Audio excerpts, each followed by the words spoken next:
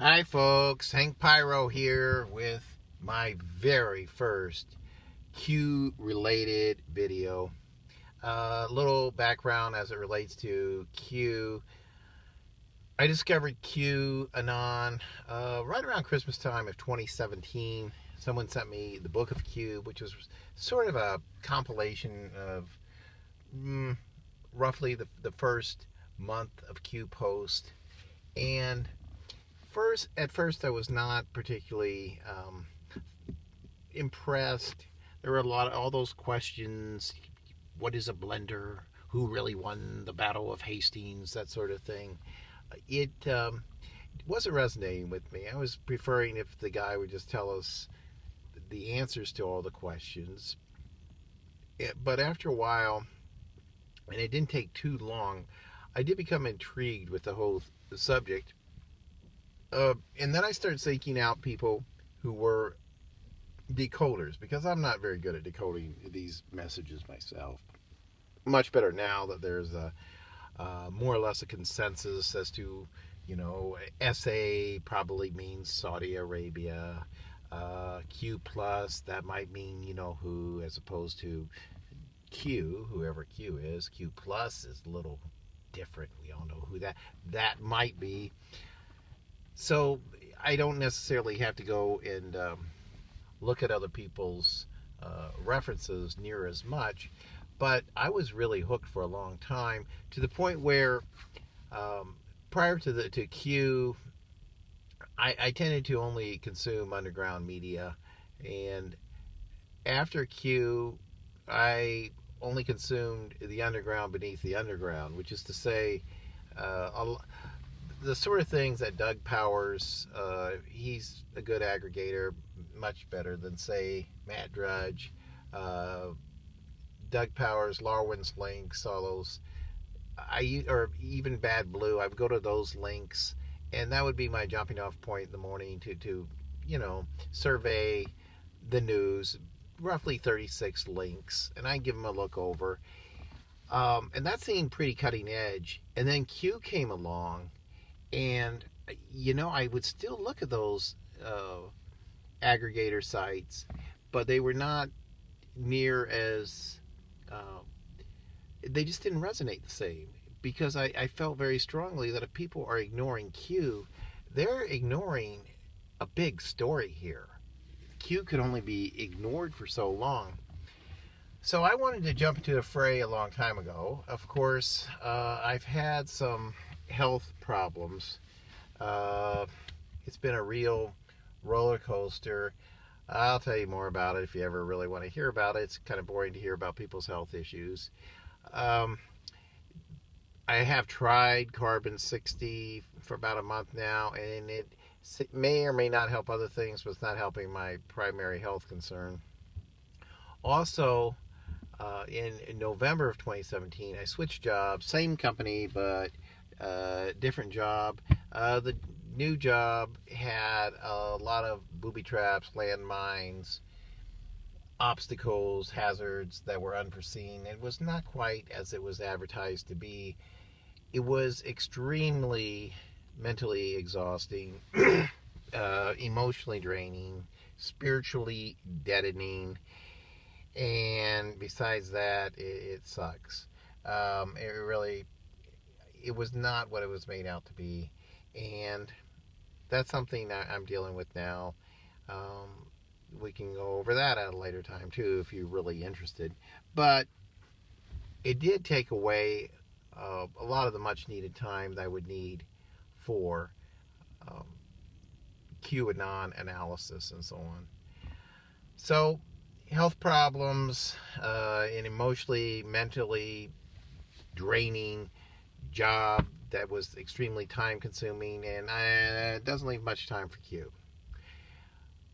Now, I'm finally jumping into this, and I would want to start with somewhere.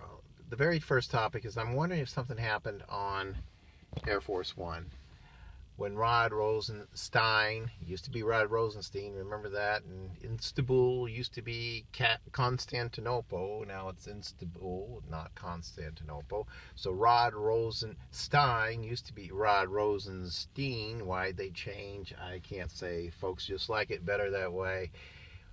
But Rod Rosenstein flew on Air Force One with the president to a Trump rally. Okay. Now, it was planted in my head. I'm not sure. Don't ask me to footnote it. Why I would think this. Maybe Q said it. Maybe he didn't. That we would get the unredacted, unclassified version of the FISA memo that would make Rod Rosenstein look really bad, if not display some criminal culpability. And we were waiting for that release.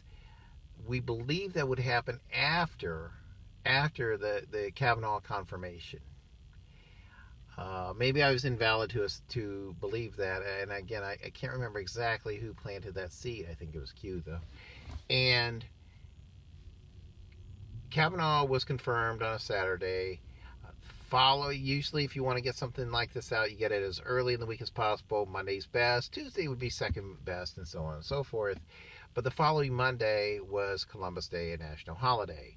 You don't necessarily want to release this sort of thing on a national holiday on a Monday, because it gives the media a chance to spin things and distract and actually hijack the news cycle once more, as they're very good at doing. So I thought that Tuesday, and that would have been October 9th, I believe.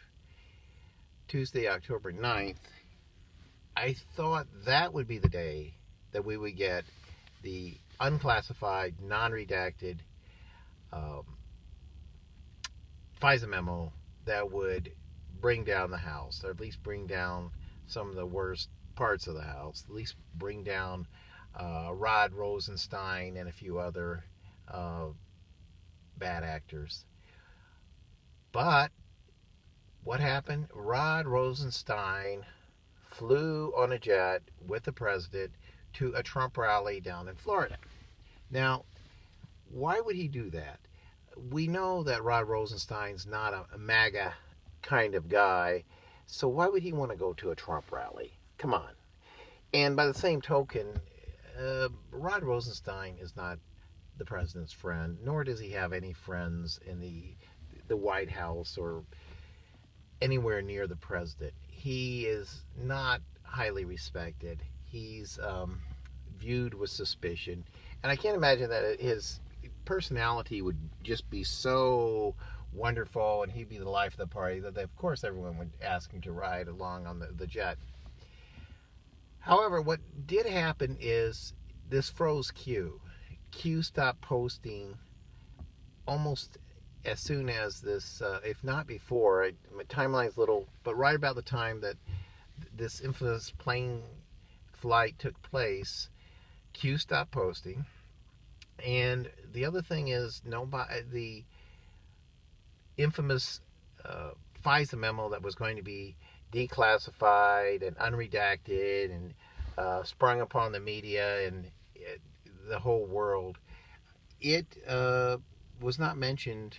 It was not released, for one thing, and even if you observe the allies of Q, the people who are fans of Q, the people who sometimes report some of the same things that Q reports, they weren't talking about the FISA memo anymore.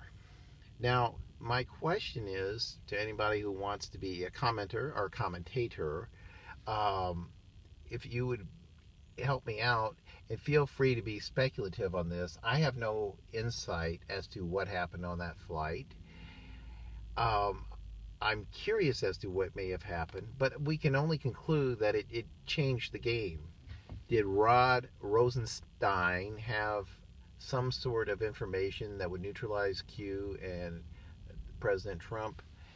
Did he have some sort of information that would either damage the president or damage his family or damage his cabinet or damage his generals, the country's generals, or I don't know. I don't know. I do know that after that meeting, which seems like it would unlikely that it would be a casual meeting, it had to have some significance. Q stopped posting, and no one's talking about that FISA memo. That is all we heard about for really a long time. We were going to have a show in October, remember? So, if anyone has any insight or if they want to speculate as to what might have happened, what likely happened on that plane flight, and why or if that was a game changer, please comment below. This is my first Q-related video, and I don't have a catchy sign off just yet. I'll think about that one later. But this hereby concludes. We'll now roll the credits, and if you have any comments, any information about what may have happened and whether or if that was a game changer, please post them below. Thanks.